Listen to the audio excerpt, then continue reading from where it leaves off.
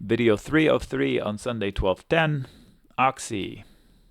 I hear good things. No, I don't. I've been against this company for a long time, against the price action, against the mentality, not against this fundamental. I came up when everybody was loving it up there, when Buffett was buying, not up there, up here, when Buffett was buying. I thought that the people were going to be stuck, and I was right about it. Hopefully, I convinced a few of you not to go long. One of the arguments was I was sparring with a friend I hadn't seen in a long time, and I said, "Where have you been?" He goes, "I work for a subsidiary of Oxy, and we're making too much money." I said, "Really?" He goes, "Yeah, but our production was down 30% or whatever." So I thought that was a sign of, okay, the stock is rallying on hype. There's no substance behind it. The P&L suggests otherwise. That's a pretty solid yearly P&L. On a quarterly basis, it looks like they've hit a peak of sorts. This is 5 quarters, so there's no seasonality issues. Like this quarter and that quarter have the same seasonality, but you can see it, market drop. So technically, if they lose this little guy right there at 55.80, they should trigger these blue arrows. It's a little bit less accurate than this because they have buyers at 55.50 right here, and then scattered buyers below. But to me, I would be selling rallies. So if it rallies into 60, I would exit my position. That would be my strategy. And if I'm trading, if I'm investing, I'm not adding here. Not adding here. You can take a long, but I wouldn't add to current longs. And if you do take a long, if I said to myself I want to invest in Oxy, I would nibble here. I would not even go 30%. Palo Alto Networks. Whoa. Okay, so it's gone. I don't know what you're asking me. Are you asking me permission to go long? Not with my money. You can use your own money, but I wouldn't. Buy the dip. Where to? 260. What? It will never be there. Maybe, maybe not. But you missed it. So what? You get yourself in the line of fire just because you missed it. Not for me. If you want to do something as a momentum trader, you want to buy the dip into 290 and hope to get to 307. Okay, I get that. Path. Same comments. Oh boy, how many do we have? Oh, this one's a little different. Okay. I know I said go long path several times, but I don't remember the last one. I know it won, so I guess we're okay. I currently do not have a position, and I wouldn't initiate one here. What clues do I have from this chart? None, except that we're inside of a place that they don't like. You can drive a bus through this gap right here, double gap, and another time here and not touch anything. So you can travel in time 2 years and not touch anything. You have a path where there's nothing. So not for me. At least a dip back to 20 if I'm an investor. Pfizer. Now you will never hear me say that, but this might be a decent long. Now I don't know anything about their business, okay? The long would be just this stock, whatever this stock is, falling into a prior huge bounce, even on a weekly basis. So it might be worth people's effort. Quarterly, it doesn't look good. Annually, it looks okay. So do your homework. I don't know vaccine. I looked at their product list last night. It was so long. It was like, oh, okay, I can't do this. I'll leave it alone. If somebody knows something about it, you want to contribute to the knowledge, that'd be great. But this will be a trade against a prior bounce, and I would stop out if that bounce goes away, and I would exit on a rally into 36. Trade. Palantir. People can't decide if they love it or hate it. I don't know how they missed the easy trade on this one. It is so easy to trade. So we drew upside arrows and they came to fruition, and this one long arrow that hasn't played out yet. Half of it is played out, 30% of it played out. But this was an investment over a period of time. If you can roll back to other videos and hear me say it. Okay, so if I loved it up here and I'm not going long down here, what gives? What kind of a logic do I have, right? So I exited my longs somewhere in this rip up here, nowhere near the top. So I exited early, but I made money. And I think there are sellers at 1850. So you might drift inside this descending channel until you get closer to 1550. And then everybody will be hating it. And then I would gently sell a put and buy a call and hope I would get assigned shares. And if I don't, I would make money out of thin air again. So I don't love it. I think it has sellers above, and I think there's a chance of losing 17. And if we do, 1550 would be better, the better entry point. Qualcomm, I wouldn't touch it here for reasons I've mentioned for like a bunch of them. So not an entry point, not an entry point. What? What is this? What is this? The company's fine. Nothing against the company. The price action is not for me. There's no way I would go along a stock that is going to just rally 28%. No way. So this here is a nope, not an obvious point of entry. NOPE. Nope. I don't care what time frame it is. RIVN. Yesterday I offended a friend's friend. He was showing off his 992. In case you don't know what that is, it's a $460,000 car in front of my house. And I mentioned Rivian. I was like, oh, I don't like those. And the guy says, well, thanks. I have one of those too. I was like, okay. And speaking what I don't like, the P&L. You cannot burn, I don't know if burn is the right term. You cannot have a loss of $1.8 billion a quarter and not run out of cash. Where are you going to finance your next car from? You're going to have to change your ways a little bit. Tesla did it, I think, in 2018 or whenever he was caught smoking on Joe Rogan's show. Which relegates me to trading this stock. And if I would want to trade 20 and 21 as an exit and buy the dip into 17, I would not invest in this company. I used to be an investor, made money on it several times, and I don't like the way it's going. The trucks are okay. I'm seeing a lot more SUVs in my area in Southern California where they're based. SUV, not for me. Not for me. It looks like a trooper, Isuzu. Not to offend anybody, but it's not for me. Okay. A dip to 25 would make sense on whatever this is, Saratoga Investment. A breach of 27 might get you to 29. Rivian, do your homework. That's what I'm saying. Do your homework. My opinion is that the P&L is a mess, and I don't think they can fix it. Starbucks is a good place to start longs because the stock just collapsed basically into a pretty strong bounce level. There should be buyers in that circle. So if I'm investing in Starbucks, I'm okay. These blue lines, by the way, the upper two are moving averages that I set at tops, and the lower two are moving averages that I set on bounce areas, and they're converging into one area, which means what? Which means it's stuck here for a long time, and it's going to be hard to get out of these four lines on the way up and on the way down. So that's support and resistance is what I'm saying. Don't be rushing into anything. Schlumberger. Schlumberger lost a neckline up here, and I think that we just filled it, $7. That's exactly the neckline. So from up here to down here gets you down here. So at 48, 49, it should find support through 46. Buyers. They're selling rallies. So if I get a rally to 52 and I'm trading it from 48 or 49, I would exit at 52. P&L is very stable. So again, why is the stock so violent if the P&L is so stable? Okay, I take it back about SOFI. Last time I looked at it, it was in the 7s. I wouldn't touch SOFI here. They're selling rallies. This one will probably be sold again. What do I mean? All right, let's see here. From this point, huge rally, lower low. Huge rally, lower low. Huge rally. So let's just say this could happen. I'm going to modify it a little bit. Like this. So if it does take out 850, you're probably going to get the 950. You finish that arrow. That never happened here. It's still available. Not for me, though. It's going to have to go without me. A lot of rules and regulations are changing on the fly. StoneCo, oh my gosh. I think we went long this guy. And the P&L is awesome. Note to self, chase it next time it falls. Not for me up here. Heck no. 1 week. We've seen a couple of stocks like this today. All right, let's discuss the levels.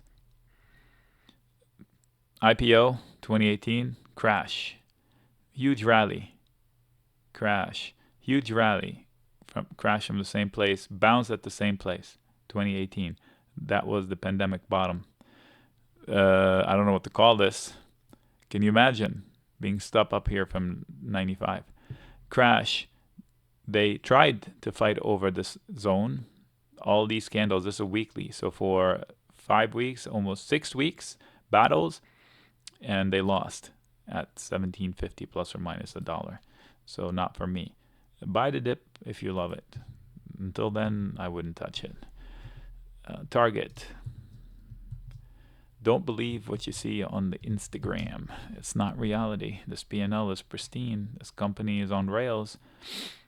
If you take out 139, you will probably get to 156. That's a big if though. I think it should dip first. So I'll be a dip buyer, whether it goes into the gap or not. I hate this gap. I absolutely hate it. But buy the dip wherever you seem fit. 127, 126. I'm a fan of 122 or lower. TMUS. It popped into my radar and I didn't have the chance to go long it. Maybe I did. I don't remember. I wouldn't touch it up here. It's gone. 154, 153 is the breakout. If they dip into 153 or 148 and come back, they can get to 176 or 180. I wouldn't start longs here. Good company. They're pretty aggressive. I use them. Their service has gotten much better. Tesla, they're like phone service, not their people service. That's up to you. I think it's hit and miss on that. Let's see here. Tesla. I would not trade Tesla here. So I can argue for it to be at 260 as well as 215. So if you can stomach that risk, go for it. So what would I do? I would do a credit call spread and a credit put spread short term, and I would bet up or down based on what I think. So if I think it's going to drop in the future, which I think it will, so I would bet at 220 or below 222 before 258. That's a fair statement. I'm saying it's going to be this far down before it's this far up. But you can't short this one with conviction. You see my arrows up, up, and away, right? Okay, this is the only EV maker that's actually making money from selling EVs. But technically, you have harsh seller up here, which would be a huge catalyst up, and a lot of buyers down there, and a lot of weakness down below. We'll see what happens. Taiwan Semi, I'm afraid about this Taiwan situation. It's an extra variable I cannot ascertain, like I can't gauge. Look at this P&L. It's amazing. Like it is, look at this P&L. Amazing. I wonder if these are audited by US companies. Okay, take out these prior fails and you're going to get to the upper end of that white box. There's no doubt. So if somebody's long, I get it. I know why you're long.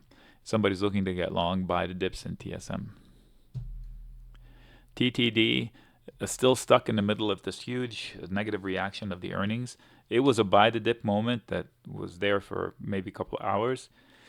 Up here, I'm not sure why I want to get engaged long. However, if you do get to 72.5, you might get to 78, and you have buyers below. Unity, we went long, and it played out, and I'm done. I don't know anything about it up here. They're selling rallies. That's a rally. I don't want it. I think 35 is going to be pretty hard to beat. The easy rally has happened. Okay, the sales are growing, but the net loss is growing just as fast. So it's not a bad buy the dip candidate. Up here, it's not for me. If you're a trader, look at that wick that you can short against at 33.80. Upper, this guy right there. And you have a bunch of buyers below. So if you lose 30.8, if you lose this low from last week, you might end up at 29.20. You might want to buy that dip if you're an active trader. UBS, wow, look at this guy. So what? Come on, what is this? You make more money than when you actually your net income is twice your sales, huh? All right, I'm out. I wouldn't touch that. Study it. USO. The USO is under fire from US government. So I was right. I said resistance likely to go here. Boy, did we. I haven't been there in a while. So did it ever come to fruition? So let's go back up here. Okay, so it now falling into support. This stock is falling into support. Buyer zone below. So it's easy to get to here. It's not so easy to cut through here. But here's a huge but. If we lose 57.8, you're going to lose 50. That is a miracle if it happens. UUP. Last week, I closed my shorts recently for money, and last week it beeped at me, you want to reshort? Up here. So I should have reshorted because so here's the thing. We do have Powell speaking this week, and he will directly impact the move of the dollar on the headline, whatever he says. If he says, I'm done raising, the dollar should crash. Well, should have a bad week. And if he doesn't say that, the dollar might gain, get back to like 29.70 on the UUP. Then I would reshort. Visa, honestly, I don't know what to do with it up here. I mean, nothing. I would not invest in it up here. Okay? I would not invest in it. I would buy the next dip. A great company, so a dip into 240, 228, 220. I don't know what's going to happen. Okay. I should hit replay. What are we asking here? What are we asking? Like, this is a move in the stock that I cannot explain by looking at the P&L. Remember the other stock? I forgot what it was, SMCI or a TSMI, whatever. The stock, I can explain it because the stock is matching what? No, definitely not for me. VRTX, maybe that was a mistake, the VRT for VRTX. Okay, VRTX on a weekly basis, 340 is a pivot zone. If you lose it, see it? If you lose 340, you're going to get the 310. I can almost guarantee it. Then you buy the dip. No, let me rephrase. You're going to get the 325. Fight over it with the possibility of extending to 310. So the 310 would be like the measurement of an inverse head and shoulders.